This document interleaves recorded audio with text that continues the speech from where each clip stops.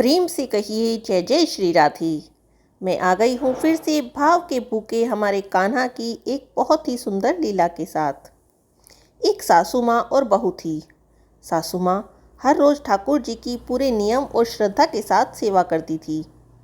एक दिन शरद ऋतु में सासू माँ को किसी कारण से शहर से बाहर जाना पड़ा। सासू माँ ने विचार किया कि ठाकुर जी को ले जाने से रास्ते में उनकी सेवा पूजा नियम से नहीं हो पाएगी। ठाकुर जी की सेवा का कार्य अब बहू को देना पड़ेगा। लेकिन बहू को तो कोई अकल है ही नहीं कि ठाकुर जी की सेवा कैसे करनी है। अब सासू माँ ने बहू को बुलाया और समझाया कि ठाकुर जी की सेवा कैसे करनी है, कैसे ठाकुर जी का लाड़ लड़ाना है।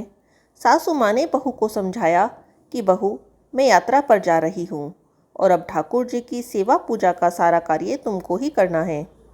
सासू माँ ने बहू को समझाया, देखो, ऐसे 3 बार घंटी बजाकर सुबह ठाकुर जी को जगाना है, फिर ठाकुर जी को मंगल भोग कराना है, ठाकुर जी को स्नान कराना है, ठाकुर जी को कपड़े पहनाना है, ठाकुर जी का श्रृंगार करना है और फिर ठाकुर जी को दर्पण दिखाना है।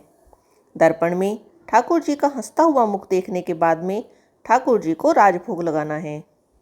इस तरह सासू माँ बहू को सारे सेवा नियम समझाकर यात्रा पर चली गई। अब बहू ने ठाकुर जी की सेवा का कार्य उसी प्रकार शुरू किया जैसा सासू माँ ने समझाया था।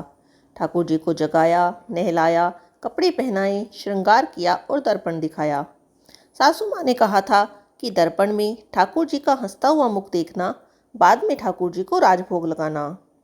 दर्पण में ठाकुर जी का हंसता हुआ मुख ना देखकर बहू को बड़ा आश्चर्य हुआ।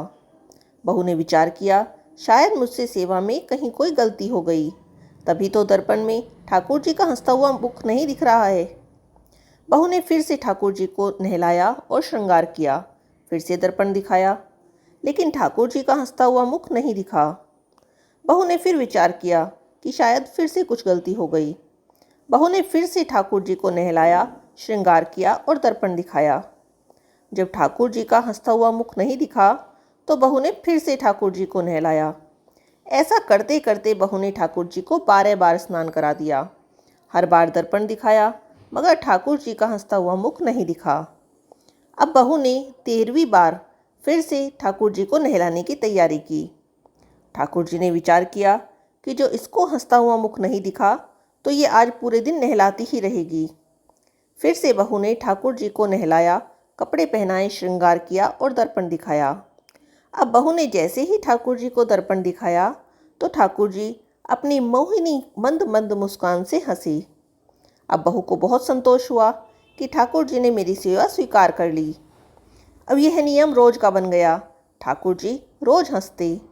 सेवा करते करते अब तो ऐसा हो गया कि बहू जब भी ठाकुर जी के कमरे में जाती, बहू को देखकर ठाकुर जी हंसने लगते। कुछ समय बाद सासू माँ वापस आ गई। सासू माँ ने ठाकुर जी से कहा, प्रभु क्षमा करना, अगर बहू से आपकी सेवा में कोई कमी रह गई हो तो। अब मैं आ गई हूँ, आपकी सेवा पूजा बड़े ध्यान से करूँगी। तभी सासू माँ ने देखा कि ठाकुर जी हंसे और बोले, मैया, आपकी सेवा भाव में कोई कमी नहीं है, आप बहुत सुंदर सेवा करती हैं, लेकिन मैया, दर्पण दिखाने की सेवा तो आपकी बहू से ही करवानी है। कम से कम इस बहाने मैं हंस लेता हूँ। बोलिए प्यारे ठाकुर प्यारे की जय। जय जय श्री राधे।